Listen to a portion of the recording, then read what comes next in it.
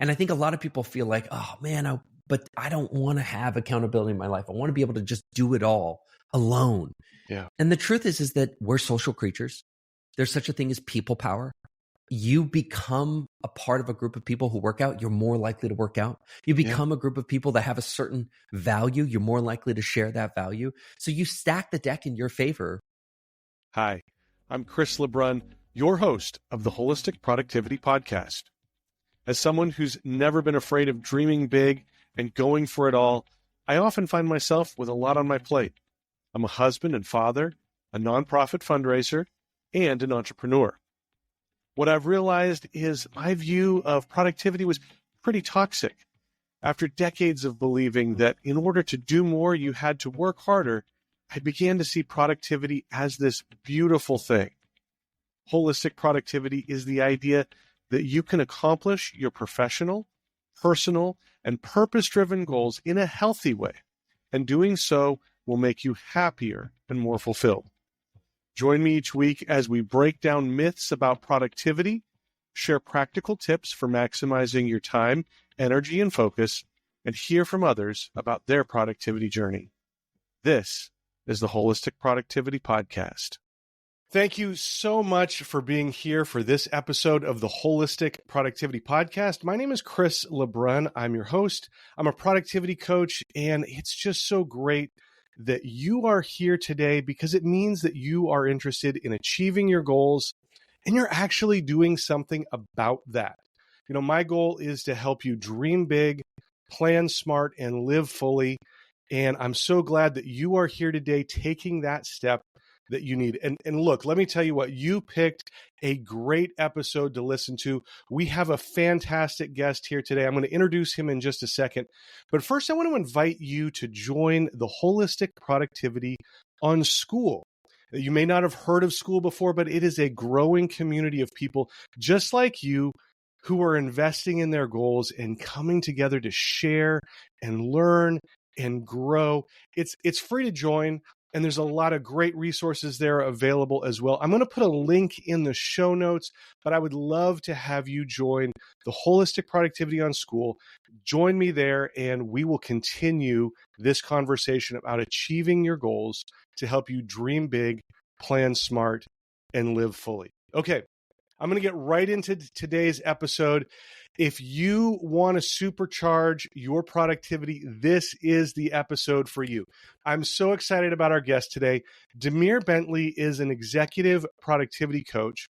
He and his wife, Carrie, are the productivity power couple and co-founders of Lifehack Method, and they are the Wall Street Journal best-selling authors of Winning the Week, How to Plan a Successful Week every week. It is a great book. We'll put a link in the show notes. You need to check that out as well.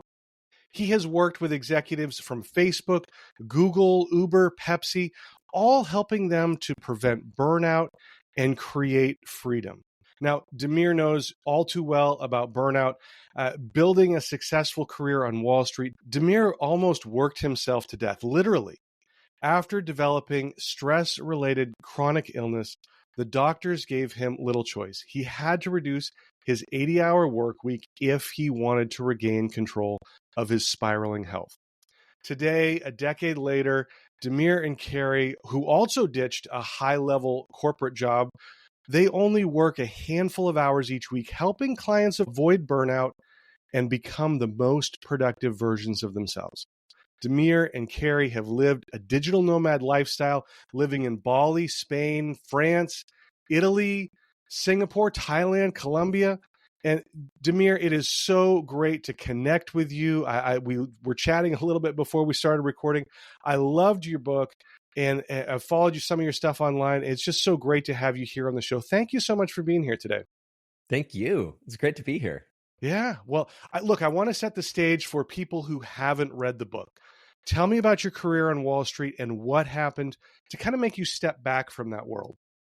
Yeah. So I would say Carrie and I are the classic insecure overachievers archetype. Yeah. Right. So we learned very young to perform for love and attention. Yeah. And we got good at that game. And so we got the A's in school and went to the right colleges, and then both wanted to cut our teeth in challenging environments. And I chose the New York route, and I was very much choosing it for the same, templated reason that everybody goes to New York. Right. I wanted to prove that I could sit at the big kids table and play with the best of them. Yeah. And I was a firm believer in hustle culture. And if you think about it like a religion, it's not, but the tenets of that religion are a faith that if you outwork the competition, if you just work harder and push yourself harder, it will pay off.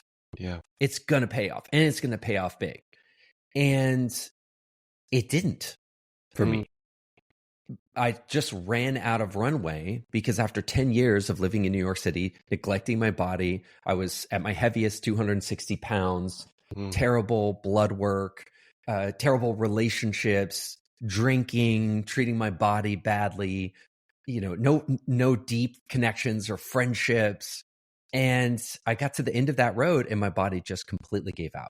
And I won't go into detail for the studio audience because it's too much information. But let me just say it was an ugly, painful, chronic stress-related illness that required 3 surgeries. And even at the end of that road, my doctors were sort of scratching their heads and being like, what is the cause of this? And finally, one of them, we told this story in the book, one of them finally thought to ask me, how many hours a week do you work, actually? And what's funny is that I was living in New York, proud to say. Yeah. Proud. Just, I had the busy badge firmly appended to my lapel. I was so proud to tell them that I was working 80 to 100 hours a week consistently. Yeah. Right. And finally, they all came together and said, oh, okay, we think we know what this is. This is salaryman sudden death syndrome, which doesn't really exist that much here in the United States, but is very common in Asia, where you're sitting down so much, your cortisol's so high, you're sleeping so little that your body just sort of says, oh, we're dying. That's what's happening here. Yeah. We're dying. And it starts to shut different systems down. In my case, my digestive system. So it was a funny moment because from that Friday, when I finally got a solid diagnosis, to Monday, what my job is they said, like, listen, from Friday to Monday, you have to go from working 80 hours a week to 40 hours a week. Otherwise, you need to quit your job.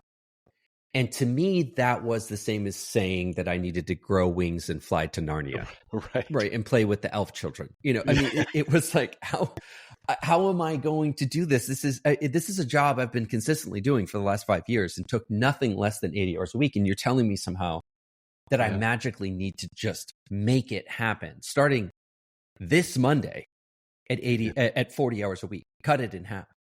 And for me, that was just like impossible. Yeah. And yet that sort of rock in the hard place situation forced me into a place where I did have to figure something out. And that was the first, I say in the book, that's when I did the first real planning session of my life.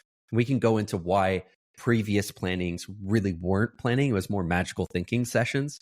But that was the first real planning session I had in my life. And that next week, I got all of my work done in 40.2 hours. And it, for me, was like almost like I fell out of a religion and came into a new one, right? So the religion of hustle culture was just kill yourself and it'll pay off eventually. And that felt like losing my religion. Like I felt betrayed. I felt lost. And very quickly thereafter, I got sort of baptized into the religion of like, wow, this actually works when you can really do a planning session. And what does that received like on Wall Street, where that hustle culture is so strong? When you come in the next week and only work 40.2 hours, how do they receive that? You know what's funny is I thought that I was looking so good to my boss because I was always the first person in and the last one there, and they would come in on the weekends and I'd be there. And I had a boss take me aside and say, dude, there's something wrong with how you're working. You're not supposed to work this much. And so there was a big mismatch between how I thought I was coming across in the world and how I actually was. I thought I was impressing everybody with this like big work hours, like I was showing them my dedication. And they were just looking at me like, what is wrong with this young man that he can't get his work done in a proper amount of time? And so I would say that first transition, getting from 80 to 40, was actually smiled upon. It was like, okay, he's finally getting it together. I then went on within the next 2-3 months to go from 80 hours of work to 2 hours of work a week. That was a little bit trickier because I still had to sit at my desk and need to figure out what I was going to do with all that time. But that's a whole different story. Yeah. I'm sure that's another story for another day.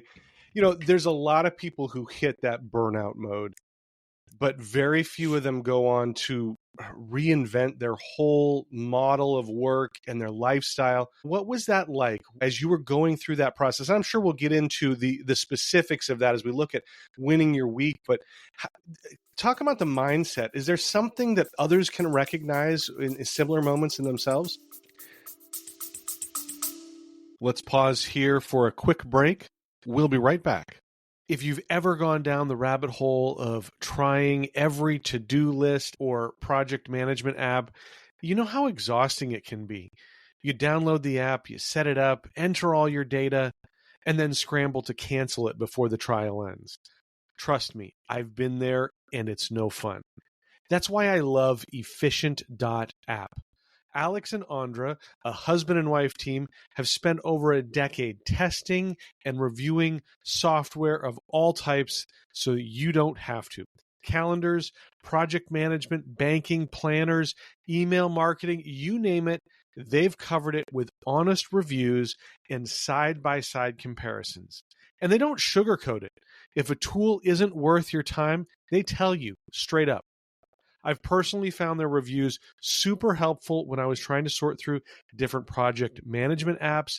It saved me a ton of time and frustration. Best of all, they often have special deals on the tools they recommend so that you can save money. I'm especially grateful to Efficient.app because they've been supporting the Wholistic Productivity Podcast since the very beginning. The best way to check them out and support the podcast is through the link in the show notes. So next time you're looking for software, let Efficient.app do the work for you. Trust me, you will not regret it.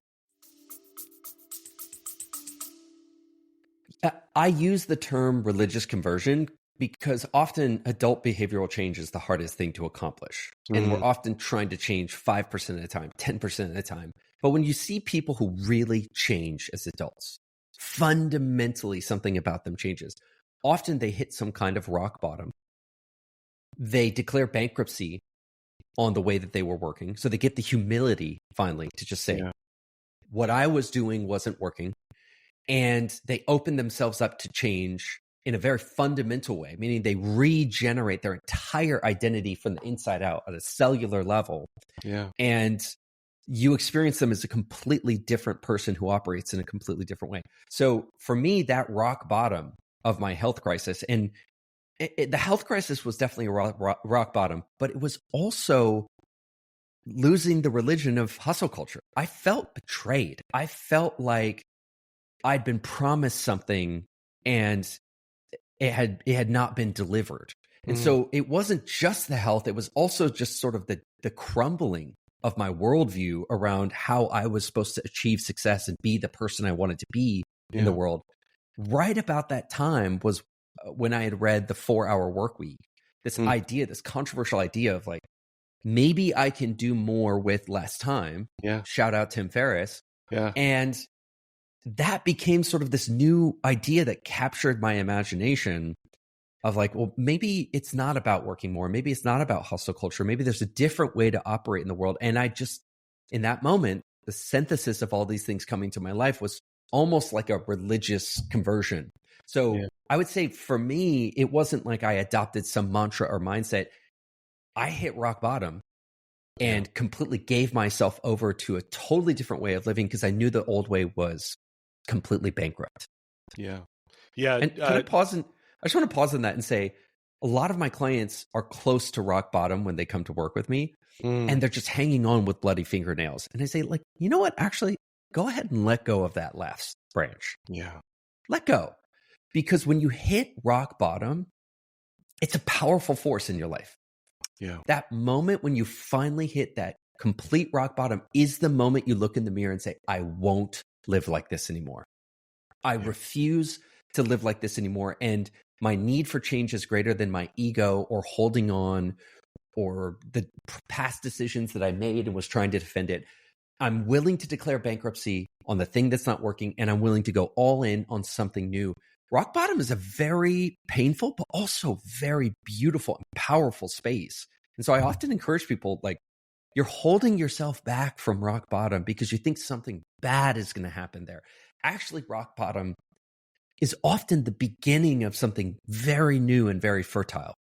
Yeah. Yeah, we hold on to that's not working, but we're holding ourselves back from something that can work in the future.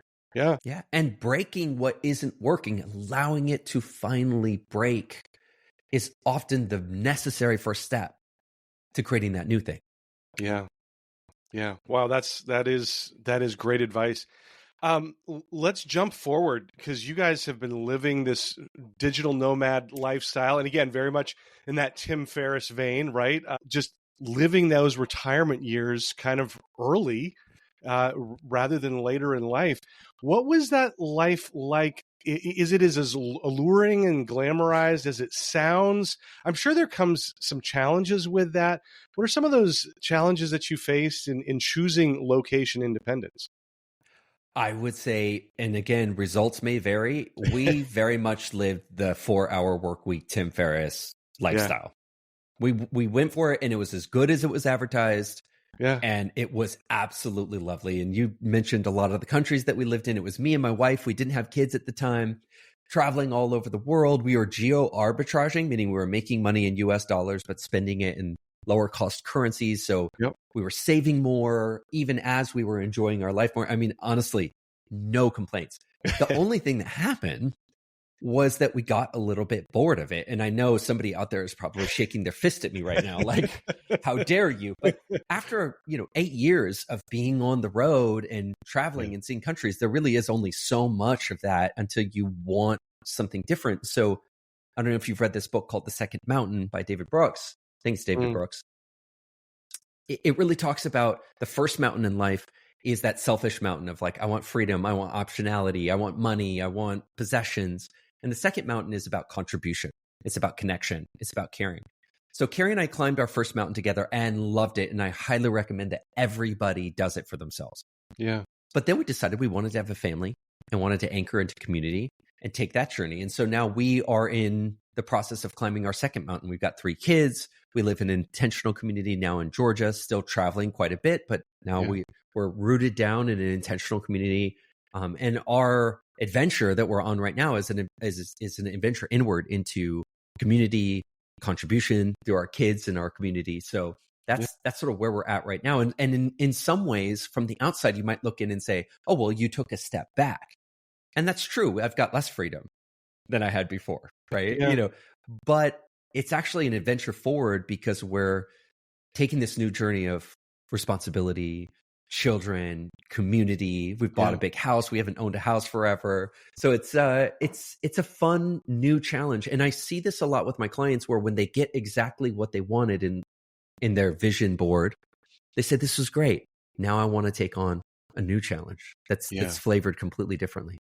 Well, I think those of us that are driven to do more and have those big goals, that's often the case, because once we achieve something, it's, you want to achieve more. I've certainly enjoyed that in my fundraising career, right? You keep raising more money every year and challenging yourself to do that. You talked about freedom, and in the book, you mentioned that there are 4 freedoms. Talk a little bit about that, because I think it's great to hear how those are interconnected. Well, there's a lot of these words in society that we sort of package a lot of things into one word. And sometimes it's actually good to unpack that a little bit. There's really not just one type of freedom. I think, in my mind, there's 4 that are relevant to productivity. One is just time freedom, right? Being able to get your time back, being able to control your time, being able to get more of your time reduce the amount of time that you have to work for money and increase the amount of time that you could be doing the things that you want to do, or even work on the things that you want to at work, which is a common complaint for my clients, that they're working 80 hours, but only 5 of those are the kinds of work that they'd really want to be working on. So time freedom is the first kind of freedom. I think the second is career freedom. Career freedom is I can work with the people and on the projects and towards the things that I really want to be working on. I mean, there's nothing more luxurious than being able to say no to money. I don't want to work with you, or this isn't aligned, right? And so many people are in a situation in their life where they're just put up against the grindstone and they have to work at the place that they're working or with the people they're working with, or they have to take that next client. Career freedom means I get to work with the people that I want and do the things that I want to do. So that's the second freedom. Yeah. The third freedom is financial freedom. And when you get time freedom and career freedom, then often it's financial freedom, like being able to say, I've got enough money to stop working if I don't want to, right? And they, as you can see, they sort of feed into each other a little bit. They build towards each other. So financial freedom is incredible because it allows you to take bigger risks. It allows you to know that every day when you come to work, you're doing this because you choose to do it, not because you have to do it. There's no gun to your head.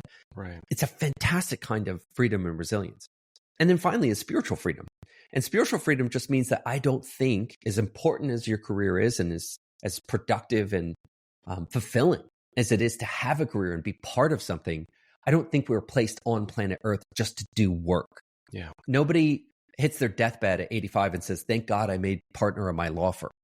You know, what do they talk about? They talk about their kids. They talk about their relationships. They talk about the meaningful things that they did with their life. And they almost never talk about their career when they're on their deathbed, which just gives us a clue that when it's all said and done, this is an important part of our life, but it's not going to be the masthead, the billboard of what was important about life. And so spiritual freedom is the freedom to be able to not have work and making money define the tone and texture of every waking moment of our life. We can actually keep perspective on what's really important about being here on planet Earth. Yeah, and that's so much of what I talk about with the idea of holistic productivity is we are not just work-related beings. You know, there is a personal side to us. There's that purpose that drives us outside of family or work. And being intentional about every area of life is so critical for that happiness and that fulfillment. So I loved hearing that. It aligned very much with what I was what I believe and talk about in this in the podcast and the planner and all the stuff that I do with holistic productivity. The only thing I would add to that is the weird thing is I often thought that by letting go of being single-mindedly focused on attainment and career success and focusing on a full life balance, that I would be leaving some money on the table or leaving opportunity on the table. Weirdly, what I've seen consistently is that when people get their perspective back and they achieve all or most of the 4 freedoms, they become more appealing to work with. And these people become more successful. And it's certainly been the case with me that even as I've worked less and less hours and put more and more time into my personal life and my, the essence of who I am and my relationships, it's actually resulted in more success because people want to work with people in life that they are magnetized to. Or that they aspire to be like, or that they like being around, and who are living their ethos, who are living their mission. And I spoke with you a little bit before this call. I could tell you're very mission driven, and that's what people love working with. So for people out there who often think that it's a false choice or a zero-sum game between, okay, I can either make money and move further away from mission, or I can be mission driven and happy and make no money. I would just say, as much as I can, I'd love to just take a hammer and break that all apart, because it really is ironically the opposite. That the more that you focus on you, the more that you get your life back and live your values, ironically, and I see it consistently, is they actually become more successful in business. Yeah, absolutely. And the opposite is true. We see people who focus just on their career. They have the relationships crumble. They have no meaning in their life except for that business success. And it's both sides of the coin. Totally. Let's talk about winning the week method. this is the main part of what your book focused on. And I love planning. Demir, I got to say, the something that I learned in this book, in reading your book, is that I am a strange person because you talk about how everybody hates planning, but I'm like, what do you mean? Who hates planning? I love it. In fact, sometimes I can plan too much. So talk about the resistance that people have to planning and this step zero, as you call it. Why do so many people hate planning? What's wrong with these people? Yeah. I'll anchor back into the story as I left it off, right? So my doctors told me I had to go from 80 to 40 hours a week. A lot of people say, okay, well, exactly what did you do? And I often say I went home and had my first real planning session of my life. And the reason I say real is that often what people will do is, if planning is like running the bases in a baseball game, they'll touch on the bases that they enjoy touching on and avoid the ones that they don't. Right. And we'll go through those bases in just a second. But what I was doing is I would create a wish list every week when I was planning. I didn't create a plan. I'd create a wish list, meaning I'd create this. I would look at my calendar, see how much time I had available. I'd create this huge task list of things that I thought I was going to get done. I never married them together to have that accountability moment of, is the luggage going to fit into the suitcase moment, as we call it. And so what happened was I was generating wish lists. Now, over time, because it never worked out, I would always end the week with way more stuff undone than time that I had. I was creating a negative association with planning, which is, okay, let's just be honest. Planning is sitting here on Friday afternoon and taking on all the stress, fear, and anxiety from the next 7 days in one moment. Of course, that moment often for many people doesn't feel good. Yeah. When you look at your calendar and realize there's a lot of things due, when you look at your to-do list and realize there's a lot of things coming up, they experience that as high cortisol, stress, fight or flight, anxiety. Some people don't, but most people do. And I was certainly one of those. And then you do it a bunch of times and you don't do it right and you get a bad result. You start to tell yourself, you know what? This is not worth it. I'm not going to take 2 or 3 hours of my weekend to stress myself out, create a plan that, let's be honest, doesn't even work the next week. It really wasn't worth the paper it was printed on. Yeah. Why am I going to do this? So I have a ton of empathy for somebody who's like, this doesn't work. So we created the winning the week method to help people round the bases that they really need to round in an authentic and honest way where they can believe like, okay, I've actually touched on the bases that are important in order to have a realistic and winning plan for the week. So you mentioned step zero, which is remove the resistance. Yeah. And this is a step that you only need to do once. You never need to do it again. Choose an environment for your planning that is actually comforting. Yeah. Right. You're not going to do it if you don't look forward to it. So a lot of people try to like white knuckle it, sit at their kitchen table. Their kids are running around, their spouse is asking them questions, and they're going to try to do a weekly planning session. It's not enjoyable, so you're not going to want to do it. Yeah. The reason they make gyms nice is so that you want to go there. There's nice music. It's a nice vibe. It's a nice ambiance. Yeah. So a lot of times it's just about choosing that cafe or choosing that environment or giving yourself that reward that makes you want to keep coming back to planning. Another thing that removes the resistance is when you know how much time it's going to take. Like it's going to be 30 minutes. Or for monthly planning, it's going to be 60 minutes. That's all I have to do. I can set a clock by it. I'm going to run these bases. At the end, what I've got is what I've got. It's better than nothing. And so you've got this time cap on it that lets you know I'm going to get a good result for the amount of time that I put in. And it can remove that resistance that builds up to even wanting to sit down and plan. Yeah. Let's talk about the first step, learning a lesson from the previous week. That you talk about how that creates that positive feedback loop. Tell me more about that. Yeah, this is just 2 minutes, so I don't want to overstress this. It's almost like a warm-up exercise for your planning.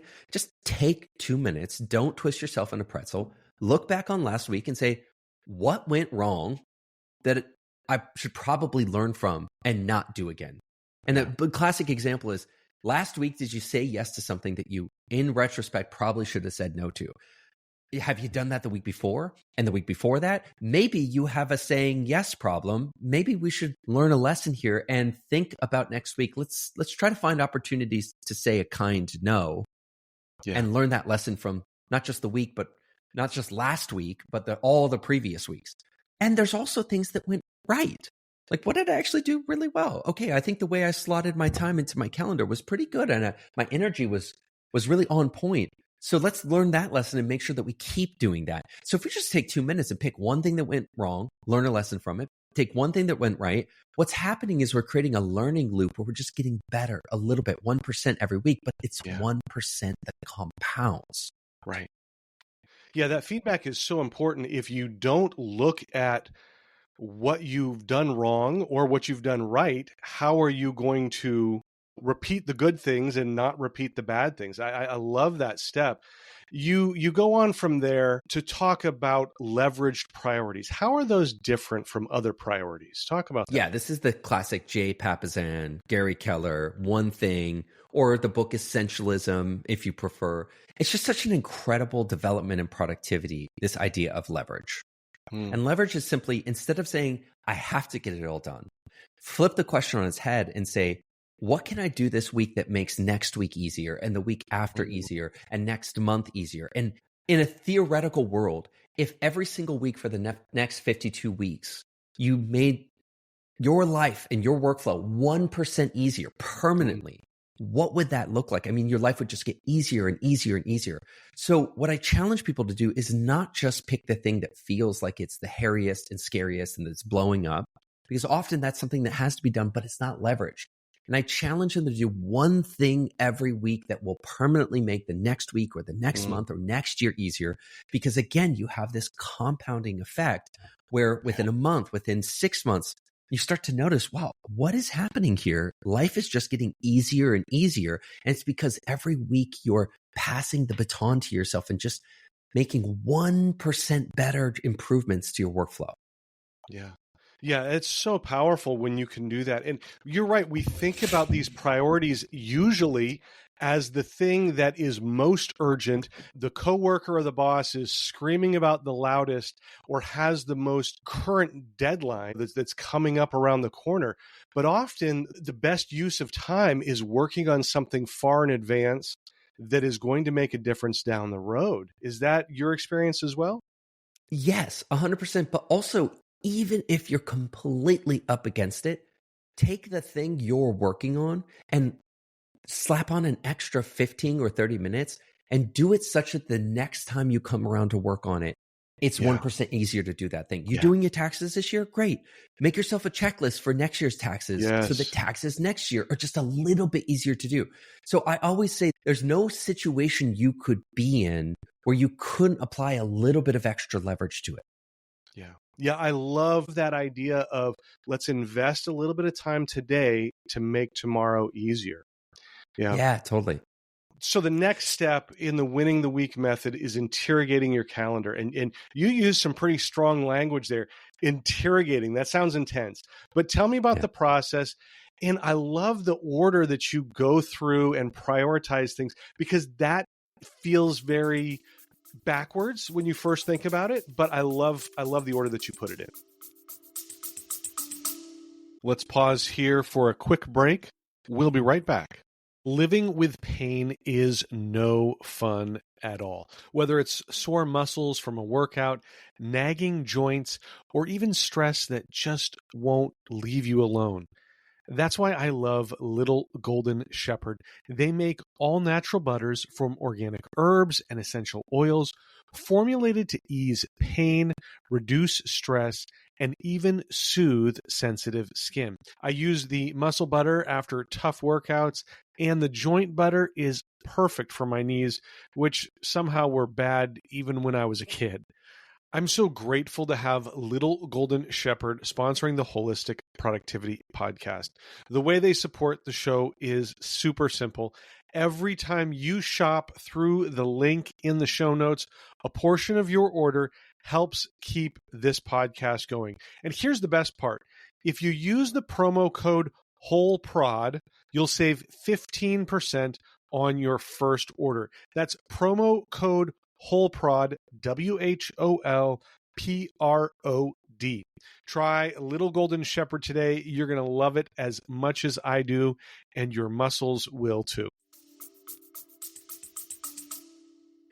Well, so we split calendar review into two. The first step of interrogating your calendar, you have to think about your calendar as like a witness on the witness stand who will tell the truth under oath, but would gladly hide it as well. So your calendar is sort of like a sneaky little deceptive liar. And what do I mean by that?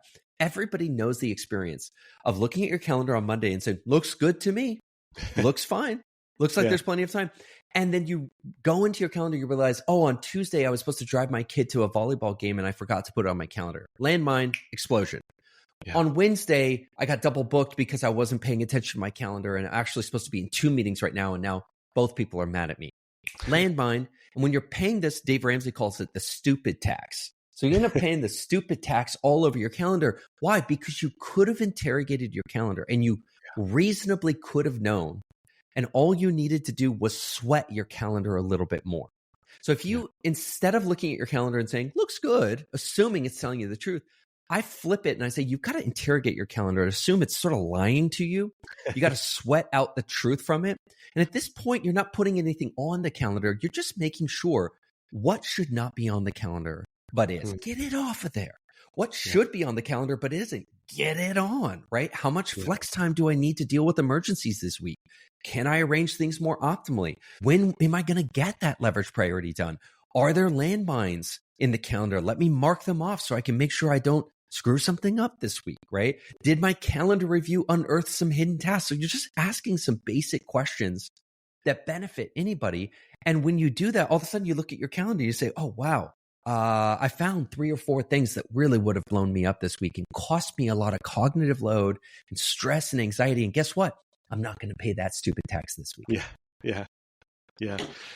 So what are some of the landmines, the biggest calendar landmines that you still encounter, and how do you neutralize those? Well, I've got kids. So having kids and operating a household is just a factory of landmines. Now, I want to be clear. I want to divide real emergencies from fake emergencies. If my kid breaks their arm, that's a real emergency. It could not have been foreseen. There's no way you could have put it on your calendar. I'm not talking about that. I'm talking about I committed to be somewhere at a certain time and I forgot to put it on my calendar like an idiot. Yeah. That's something that's like, that's a fake emergency. It hits me in the moment like an emergency, but it wasn't. It was actually negligence on my part, not clearly marking it on my calendar. So in step 3, I want you to think about this as just getting a very clear sense of your time supply. Like if you sell Chris, if your product in the market is Chris, that product has inventory. It's the 168 hours that you have each week. And you can't sell all 168 hours of that. You can only sell about 40 of it. So you need to look at that 40 and minus out the liabilities that are already called for from that. So in this step, we're just trying to get a sense in the business of being Chris, how much inventory can we sell this week? So that's step 3. Let's get clear on our sellable supply and availability inventory of time. Then step 4 is about what's our liabilities, right? What's already called for. And so when you look at your task list, you can really think about it as these are demands that I've already promised but haven't fulfilled on, right? So these are time demands. These are time liabilities. And these are liabilities that could come from me. I've told myself I need to do something, or somebody else can tell me that they want me to do it. And so what we're going to do is almost like a triage doctor on a battlefield. We're going to go through and we're going to say, I'm not going to be able to get all this done. What is the most optimal allotment of those time liabilities into my time supply? So the first thing we're going to do is take a pass through our task list, just cut off all the stuff that doesn't belong. Either it doesn't belong because we shouldn't have put it on our task list in the first place. We all know that thing that felt important at 3 a.m. in the morning to put on our task list. And you just realize the next day, why did I even put that on there? There's no sense in that being on there. Get it off. Or also, this isn't a this week thing. It's a next week thing. It might even be a next month thing. I shouldn't be wasting brain cells considering it for this week. So that's what we're going to do in step 4. Is just take a run through that task list real quick and really take a spring cleaning on that task list and make sure we're only considering the things that are important or leveraged for this week. So now what do you have? You have a really clear sense of your time supply. You've got a really clear sense of your time demands. Final step, the hardest one. Now we got to marry them together in step 5 and calendarize. Remember when I said I used to have a wish list, not a plan? Right. Step 5 is where Pinocchio becomes a real boy. Most people do all their planning and they never do this final step. So what they have in the end is a wish list and not a plan. Yeah. It's not a plan until you put it in the calendar. And here's why. Simple analogy. You can lay everything out in your bed and say, okay, I think this will all fit into my luggage for this upcoming trip. But you don't know for sure if it's going to fit until you do what? You got to pack it in there. In the suitcase. And that's the truth moment. The truth moment is, let's do a sample packing and let's try to zip up that luggage, because everybody knows the feeling of like, it looked like it would fit when it was sitting on the bed, but now that I'm packing it in, that zipper just won't zip. So step 5 is where you, as a little test for yourself, you pack it all into the calendar, not because it's exactly going to happen that way, not because exactly at 10 o'clock on Wednesday, you're going to do the thing you said, but simply because you're doing a trial run of, will it all fit into the hours that I have available for this week? Yeah. And that's how we do it. So we have a specific step that we put things in. Number 1, and this is quite counterintuitive, we say, put the good stuff in first. Yeah. The good stuff in your life, like the self-care and the exercise and the playtime with your kids and the date nights. Why? Because if you leave that for less, it will never, ever get put in. Yeah. If you leave exercise for the very last, I can promise you, it's not going to make the cut. So we say, put the good stuff in first, because we will find a way to make space for all of that other stuff. But it's a one-way street. You put the good stuff in first, we'll find a place for the work. You put all the work in first, I promise you the personal stuff won't make it. Right. No, and I love that. It's kind of that big rocks analogy, but it's very, like you said, counterintuitive. And like we've been talking about, at the end of your life, those are the things that matter. The memories with your kids, the time with your wife or your spouse, your partner, all of that stuff matters. And so you put that in first. I love that. And it is very counterintuitive, but I think a fantastic way to do it. So what goes in next after that? So first, put in the good stuff. Second, schedule in your deep work time for that leveraged priority that you had for the week. It's not enough to just say, oh, I'm going to do this thing. When? Make an allocation of time, right? Our calendar reflects our values. If you say you're going to get deep work done, you need to make an allocation of time with which to do it. Step 3, put in some flex time. This is the classic rookie move that I've made and everybody else makes. When I do time trackers for my clients, we have a category called UUW. It stands for unplanned, unwanted work. It's the surprise work. It's the last minute emergencies. I've never had a client where that was 0. Most of the time, it's 5 to 10 hours a week of just work that you could not have known was going to appear, but appears on your plate, and you have to make time to get it done. So why don't we make an allocation of time as a placeholder for that? We don't, because we're, again, magical thinking, just hoping, even though 52 weeks out of last year, I had some UUW work every single week. This week, I'm magically hoping that it won't happen. Let's not magically hope. Let's just make it a plug, an allocation, 4 hours, 5 hours, just an hour a day of time to say, hey, something's going to appear in my day. Let me make a set aside allocation of time with which to tackle that thing, so that, because if you don't do it, flip it around. You fill your week up. You've got no flex time. One bad thing happens on Monday, and it's like a domino fall where the rest of the house of the cards just tumbles, right? And then I'll just really quickly run through step 4 and step 5.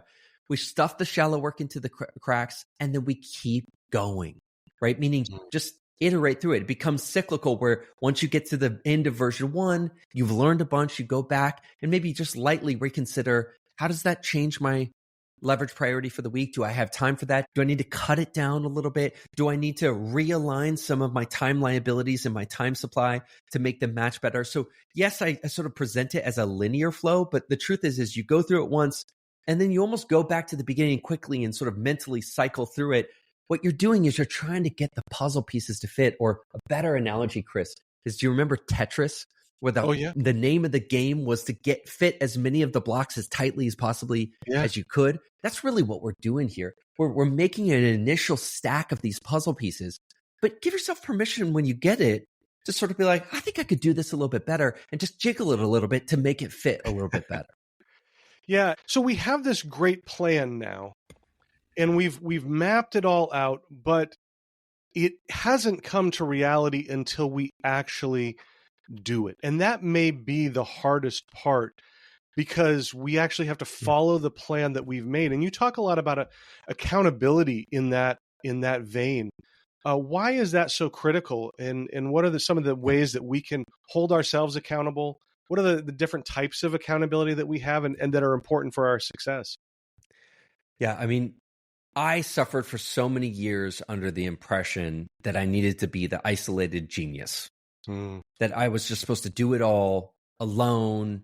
And that if I couldn't do it alone, there was something wrong with me. Like I said, I used to be 260 pounds. I'm weighing in right now, 165. And it's 10 years later. So I've been keeping that weight up. How did I do it? I got a trainer and I have workout buddies, right? So I became part of a community. And I think a lot of people feel like, oh man, but I don't want to have accountability in my life. I want to be able to just do it all alone. Yeah. And the truth is that we're social creatures. There's such a thing as people power. You become a part of a group of people who work out, you're more likely to work out. You become a group of people that have a certain value, you're more likely to share that value. So you stack the deck in your favor when you put social positive pressure. I'm not going to say negative pressure, but positive social pressure on your side and accountability. And so I don't care what form that comes in. We pay for FocusMate for all of our clients so that they can have 24/7 accountability anywhere in the world. We have live win the day, win the week, win the month, win the quarter sessions where instead of just telling people you should plan, we actually do it with you side by side, shoulder to shoulder so that you can leverage that people power. Yeah. And we make it like a rave with like fun music. And there's a million other variants out there. But the idea is plug into people power, plug into accountability, and you're just going to see how much easier it is to do something that's inconvenient. It's not hard to plan. And let's be honest, on a scale of 1 to 10, this is like a 2 or a 3. But I get it that when you're asking yourself to do it consistently, 52 out of 52 weeks out of the year, it does help to have that support and accountability in whatever flavor or form you're looking for. Yeah. And it's more fun that way. I mean, I love that you guys are doing it in a fun way, because slogging through something that's difficult or challenging by myself, yeah, maybe I can do it. But if somebody is there by my side, laughing about the trips and the falls, right, the challenges that come up, that is so much better. I really do love that. Yeah. Have you checked out a Peloton? That biking app, Peloton? Who's going to really challenge themselves and push themselves to the highest level on an exercise bike in their living room? But you turn on that screen and there's a fun, attractive, excited trainer on the other side, and it's live and you can see the scores of everybody else and they're calling out your name, and all of a sudden you're pushing yourself harder than you thought that you would, and you think, oh my God, this really works. So that's our model, is really Peloton for productivity, because we want people to get on every morning, every week, and hear that call out and get that excitement and hear that music and have somebody saying, you're doing it great, just keep going, you're almost there, right? Yeah, I love that.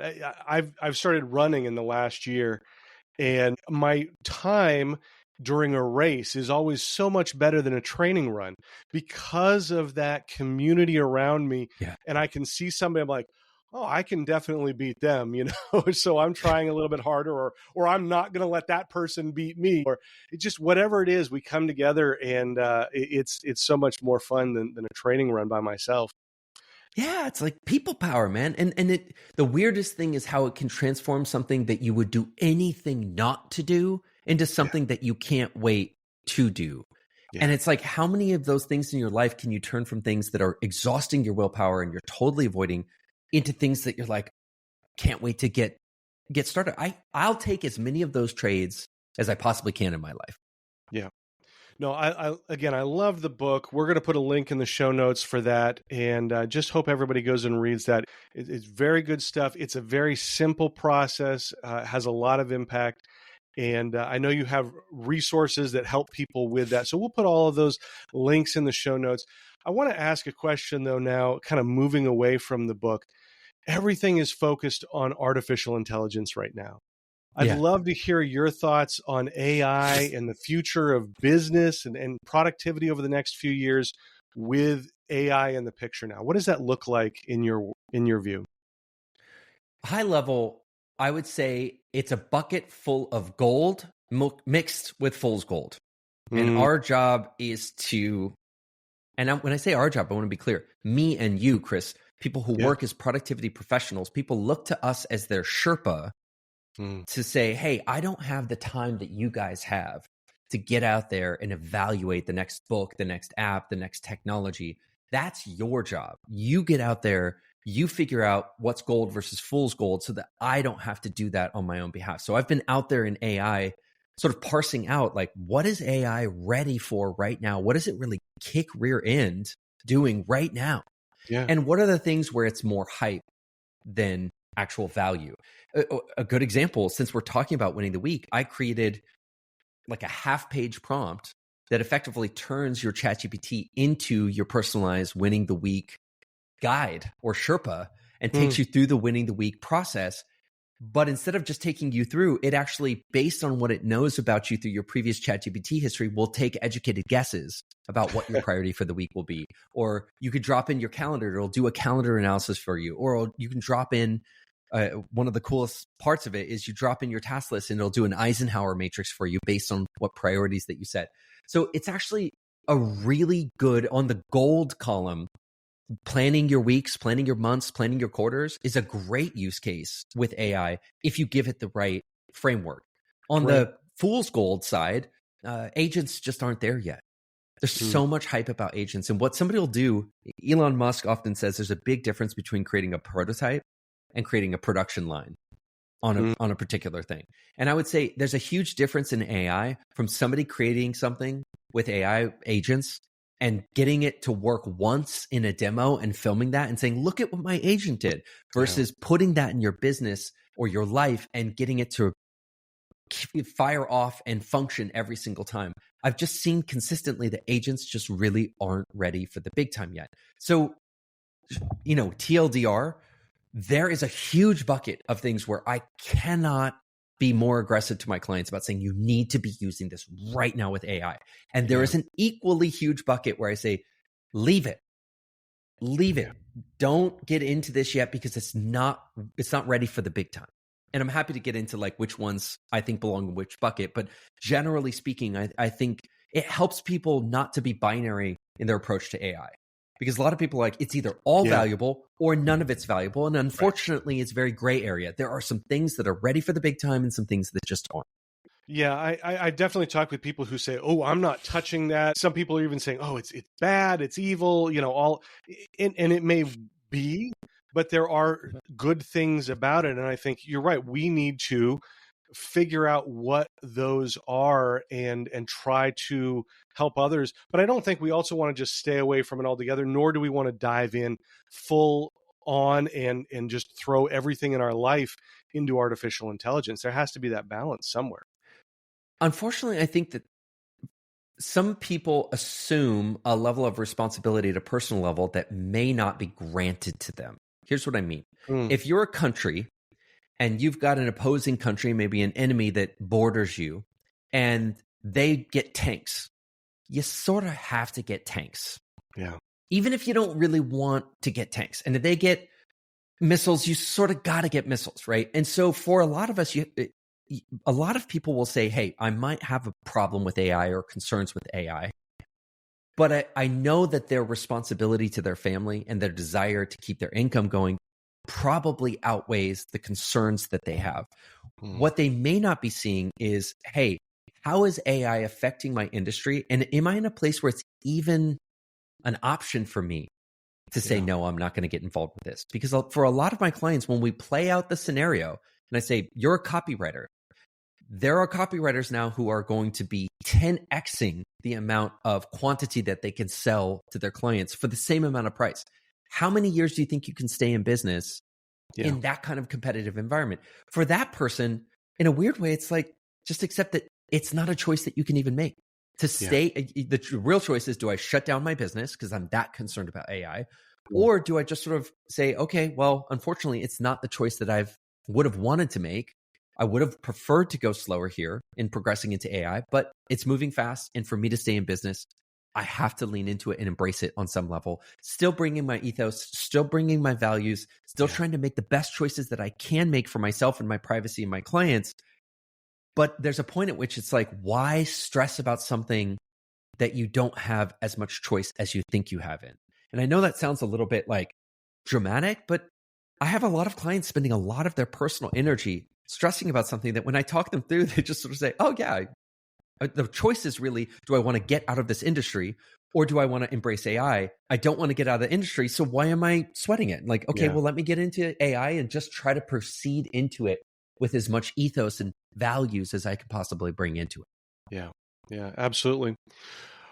With all of the thousands of clients that you've worked with, what is one myth about productivity that you find yourself constantly sort of busting and having to break down in the minds of your clients? Yeah. I mean, I lived this, so I have so much empathy for this. I used to think that the world existed on an x-axis. You could either be happy and poor, so you could be happy and healthy and poor, or you could be stressed and anxious and unhealthy and rich. Yeah. And that was and every step you took towards being successful or rich, you were accepting that you were going to be less happy and less healthy and less fulfilled in life, and vice versa.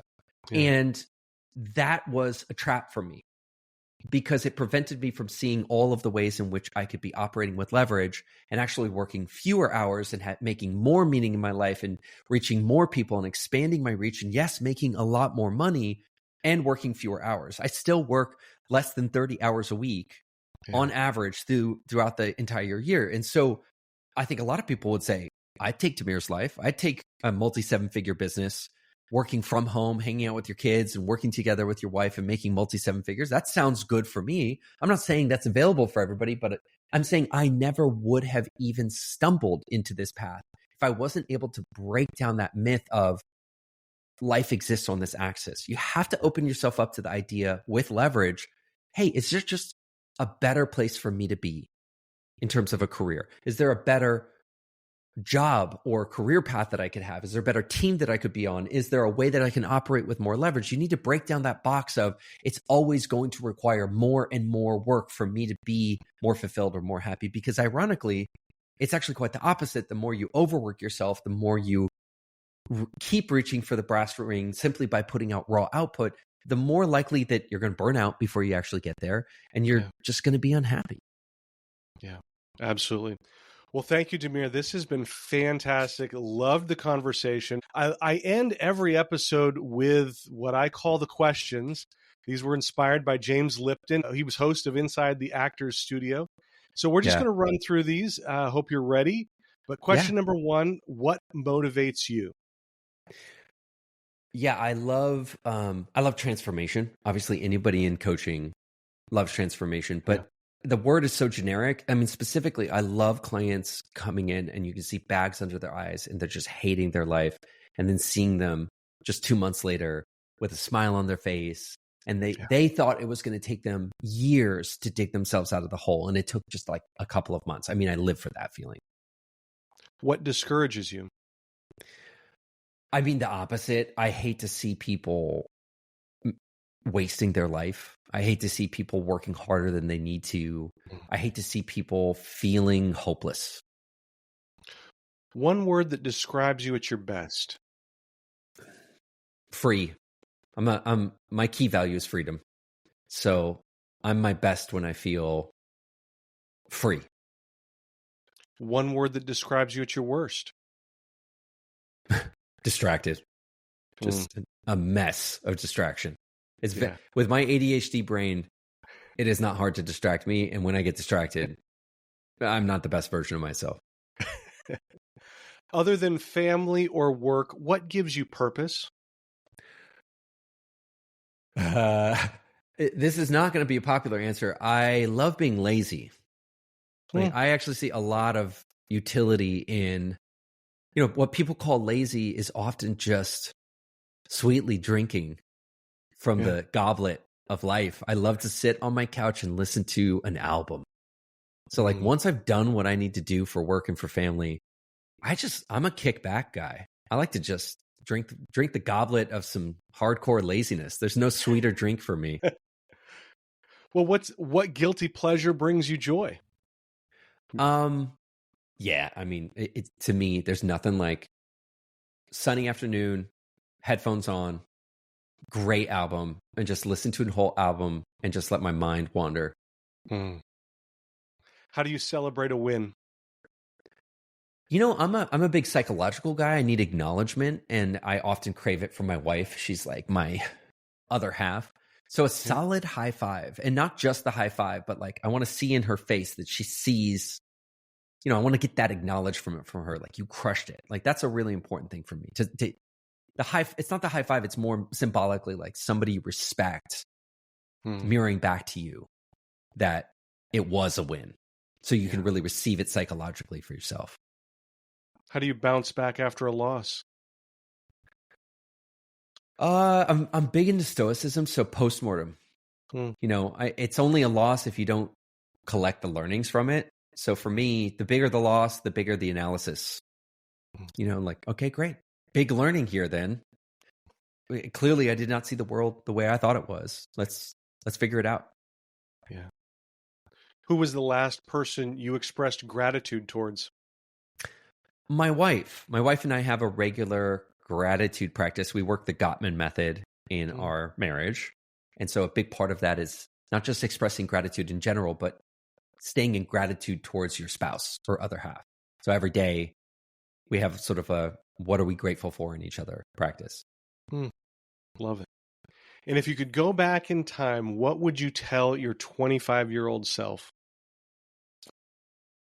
Yeah, man, I love the journey, even for all of its weird twists and turns. So I'd probably just be the generic guy that would say, hey, man, I don't want to tell you anything because I don't want to change it, but it's all going to work out great. Yeah. And honestly, if I had my 80-year-old version pop up today in a time machine and say those words to me, I think I'd love it. Yeah. Yeah, man, don't worry. It's all going to work out. It's going to be great. Enjoy the ride. That would just set me back into like, oh, yeah, awesome. Yeah, that would be great. Well, Demir, again, thank you so much for being here. Please go to the show notes. That is at wholisticproductivity.com. We will put a whole bunch of links for how you can connect with Demir, learn about Winning the Week method, and all of the things that he and Carrie have to offer. Just so thank you for being here. We appreciate it so much. Thank you, man. All right. And thank you for being here as well. Check out the show notes. Like I said, wholisticproductivity.com, and make sure that you are subscribed on your favorite podcast platform or on YouTube. You can watch the show there. You want to get the next episode when it drops every single Tuesday. Don't want to miss that. So we'll have another great episode for you as well. If you liked the show, if you enjoyed hearing from Demir and other guests, if you found this valuable, you'd like to rate the show, we'd love to see 5 stars. That just lets other people know that the show is worth listening to and they can get value from it as well. Follow at Wholistic Productivity on all of the social media platforms, LinkedIn, Threads, Instagram, Facebook, YouTube, Substack. A lot of great productivity tips and motivation there. And like I mentioned at the beginning of the show, join the Holistic Productivity group on School, and we can have that accountability that Demir talked about every single day, listening to other people and their goal journey and helping you on yours as well. Thank you so much for listening in. As always, my goal with this show is to help you dream big, plan smart, and live fully. Thanks so much. We'll see you next time.